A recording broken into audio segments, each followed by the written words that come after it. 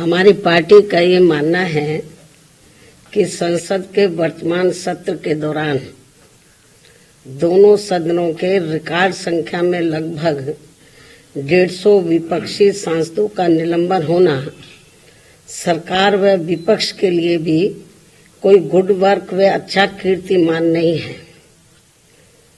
इसके लिए कसूरवार कोई भी हो, किंतु संसदीय इतिहास के लिए ये घटना अति दुखद, दुर्भाग्यपूर्ण व लोगों के विश्वास को आघात पहुंचाने वाला है। और इसी दौरान माननीय राज्यसभा सभापति का संसद परिसर में निलंबित सांसदों द्वारा मजाक उड़ाने का वीडियो वायरल होना भी अनुचित व अशोभनीय है।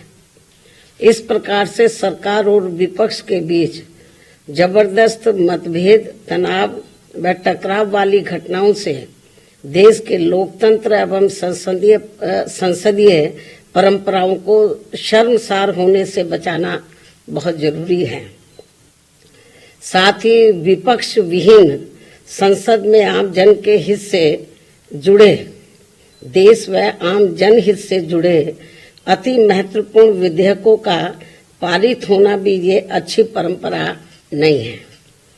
और यहाँ विश्व के सबसे बड़े लोकतंत्र तथा परम पूज्य बाबा साहब डॉक्टर भीमराव अंबेडकर द्वारा निर्मित यहाँ पवित्र संविधान, संसद व अच्छी संसदीय परंपराओं को बचाने की जिम्मेवारी किसी भी एक की नहीं है, बल्कि सभी की है और जिसे सभी को मिलकर निभाना चाहिए। इतना ही नहीं, बल्कि अभी हाल ही में संसद की सुरक्षा में जो सेंध लगाई गई है, ये भी कोई ठीक नहीं है। ये अति गंभीर व चिंतनीय भी है और इस मामले में सभी को मिलकर संसद की सुरक्षा की तरफ विशेष ध्यान देना चाहिए। एक दूसरे पर आरोप प्रत्यारोप लगाने से काम नहीं चलेगा, बल्कि इस मामले को सभी को गंभीरता से लेना चाहिए तथा इसके जो भी दोषी व षड्यंत्रकारी हैं तो उनके विरुद्ध सख्त कानूनी कार्रवाई भी होना अत्यंत जरूरी है तथा ऐसे में इसके खुफिया विभाग को भी अब काफी सतर्क रहने की जरूरत है ताकि आगे कभी भी ऐसी घटना की पुनरावृत्ति न हो सके। इसके अलावा विपक्ष के गठबंधन में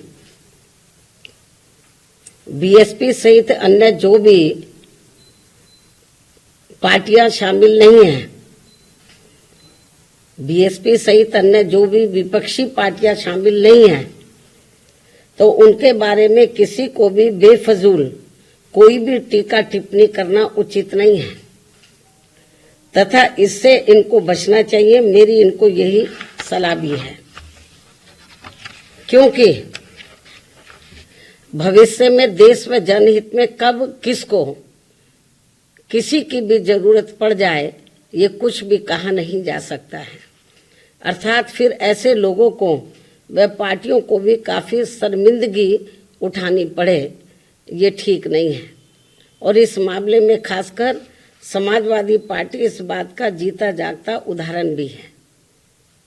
इसके अलावा यहाँ मैं ये भी कहना चाहूंगी कि हमारी पार्टी पूर्ण रूप से धर्मनिरपेक्ष पार्टी है और यहाँ अपने देश में विभिन्न धर्मों को मानने वाले लोग रहते हैं तथा उनके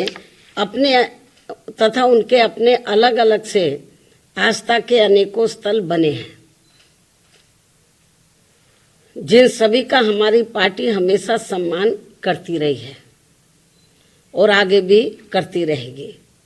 इसी क्रम में यूपी के अयोध्या में नवनिर्मित राम मंदिर का जो अगले महीने उद्घाटन होने के लिए जा रहा है, तो उसका हमारी पार्टी को कोई भी ऐतराज नहीं है।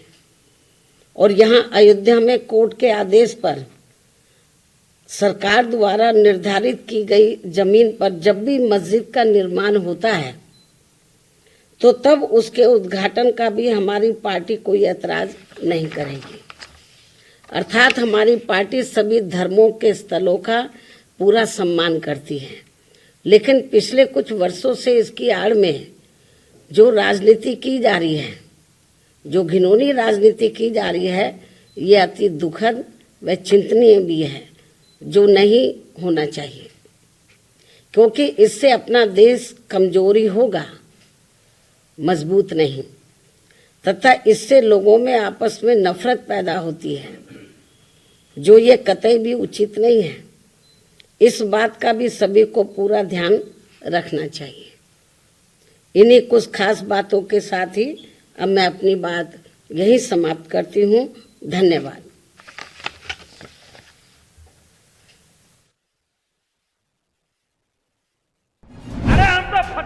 हिंदुस्तानी इस्लाम मुझे बहुत दुख होता है। खत्म, बाय बाय। कम पढ़े लिखे प्रधानमंत्री